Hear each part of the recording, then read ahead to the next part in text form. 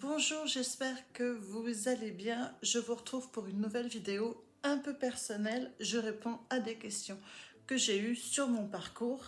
Alors, je m'appelle Lucille et je suis orthopédagogue. J'ai fait mes études à Montréal et maintenant j'habite à Vancouver et je travaille dans une école du primaire jusqu'au secondaire, dans une école française.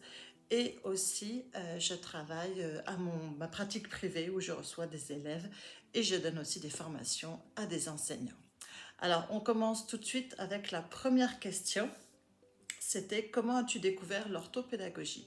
Donc en fait, l'orthopédagogie, je ne la connaissais pas. Donc moi, je suis née en France et quand j'ai immigré au Québec, à Montréal, il y a de ça très longtemps, c'était pour faire des études en décor et costume de théâtre. Et quand j'ai fini mon diplôme, en fait mes études en décor et costume de théâtre, j'ai travaillé dans un centre de tutorat, donc d'aide aux devoirs. Et là, il y avait mon amie Karine qui était orthopédagogue et j'ai trouvé ça fabuleux.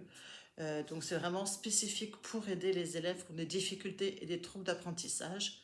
C'est c'est comme une enseignante spécialisée, mais en même temps qui a des connaissances plus poussées sur la lecture et l'écriture. Donc j'ai adoré ça. Donc c'est comme ça qu'après j'ai décidé de faire des études de linguistique et d'inclusion pédagogique. Puis après ça, vraiment, j'ai fait des études à temps plein pour devenir enseignante en adaptation scolaire et sociale et me spécialiser particulièrement sur la dyslexie. Voilà. Euh, quel défi as-tu rencontré en passant de la scénographie à l'orthopédagogie? En fait, ce que j'ai trouvé difficile, en fait, non, le passage a été assez facile parce qu'en scénographie, quand j'étais même aux études ou même quand j'avais des projets, je faisais mille et une affaires en même temps.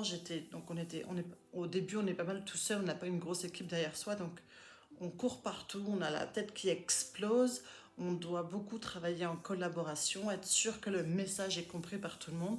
Et que ça a été plus des atouts en fait pour que je puisse travailler en orthopédagogie. Et quand je suis retournée sur les bancs d'université, donc je travaillais aussi à côté. Et du coup, ça a été assez facile parce que j'avais déjà ce rythme de vie un peu effréné à gérer 8001 choses en même temps. Donc en fait, ça a été plutôt, la transition a été très bonne en fait. Et j'ai vraiment aimé aussi être à l'université et réapprendre. Troisième question, c'est quels sont les moments... Alors, premièrement, quand j'étais en France et qu'on m'a annoncé que j'étais acceptée à mon école de théâtre, je me souviens, j'étais chez moi, j'étais dans mon couloir toute seule, chez mes parents, et j'ai eu la réponse et j'ai crié de joie, je pleurais de joie, j'étais super heureuse. Moi, j'ai toujours voulu travailler à l'étranger ou partir à l'étranger, faire des études à l'étranger. Quand j'étais jeune, je demandais des catalogues des universités australiennes alors que j'étais juste encore au collège. Donc j'ai vraiment, pour moi, c'était vraiment excellent, fantastique. J'ai adoré ça. Donc ça, c'était un des moments marquants. Un autre deuxième, c'est quand j'ai bien sûr reçu aussi mon diplôme d'orthopédagogie, donc d'enseignante en adaptation scolaire. Ça a été avec la toge, etc. J'ai vraiment aimé ça. Après ça, quand j'ai reçu mes deux prix, en fait, celui du ministère du Québec était vraiment inattendu. Je ne m'attendais pas à le recevoir, donc j'étais vraiment heureuse. Et celui du prix certificat d'honneur aussi. Le fait qu'il y ait le consul de France et le représentant de Justin Trudeau, Monsieur Wilkinson, c'était un moment assez touchant, c'est sûr. Euh, et dernière question, non. Comment l'orthopédagogie a-t-elle transformé ma vision de l'apprentissage? En fait, ma vision était beaucoup très française parce que moi, j'étais en France, j'ai fait mes études en France, j'étais une élève en dessous de la moyenne, donc c'était très difficile et je me suis dit, waouh, l'orthopédagogie, en fait, ça vient un peu répondre à mes questions que j'avais quand j'étais jeune. C'était, mais pourquoi on avait des questions de compréhension et on avait deux questions de vocabulaire notamment, où on devait expliquer deux mots de vocabulaire et je ne savais pas comment faire, je ne comprenais pas comment on pouvait répondre à ces questions-là. Et en fait, l'orthopédagogie est venue répondre un peu aux questionnements que j'avais moi quand j'étais jeune en fait. Quelles étaient les stratégies à mettre en place, qu'est-ce qu'on pouvait mettre en place pour m'aider à faire des micro-progressions dans mes enseignements. Donc l'orthopédagogie est venue un peu euh, résoudre les questionnements que j'avais, mais je peux aussi maintenant répondre aux questions de mes élèves en difficulté, puisque j'ai eu ces mêmes questionnements-là. Voilà.